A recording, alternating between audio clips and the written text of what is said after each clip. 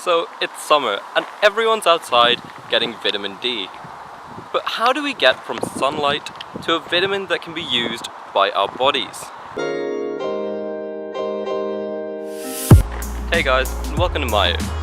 The key lies in the ultraviolet radiation that the sun emits.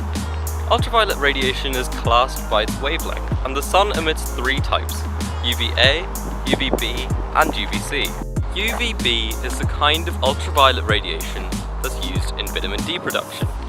Mostly in the epidermal layers of our skin, there's a steroid called 7-dehydrocholesterol. When UVB radiation hits the steroid molecules, there's a chemical change that occurs that turns it into vitamin D3. However, this isn't the final product. Vitamin D3 is then taken to the liver, where oxygen and hydrogen molecules are added, to convert it to a substance called 25-hydroxyvitamin D. This is then taken to the kidneys, where even more oxygen and hydrogen is added, to turn it into a substance known as calciferol.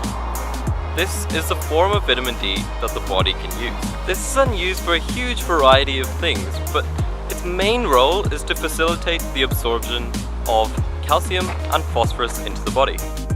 However, it's a claim that I recently saw in a book that prompted me to make this video. According to the author, Nicholas James, who's a professor in clinical oncology, vitamin D reduces the risk of cancer. He talks specifically about prostate cancer, saying as sun exposure goes up, the risk of prostate cancer is reduced, adding that the trend is similar in, quote, pretty much all cancers of the internal organs.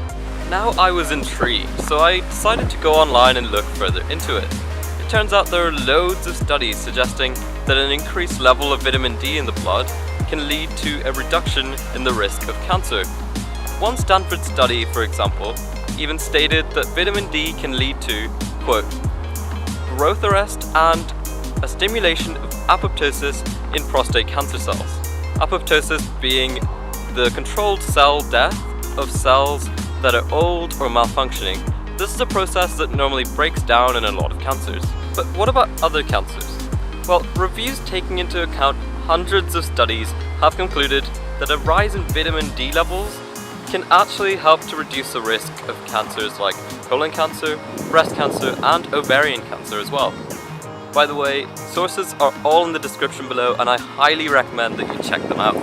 Who would have thought that vitamin D could have such a huge impact? Well, does this mean now you should go outside with no sunscreen on or take crazy amounts of supplements? No.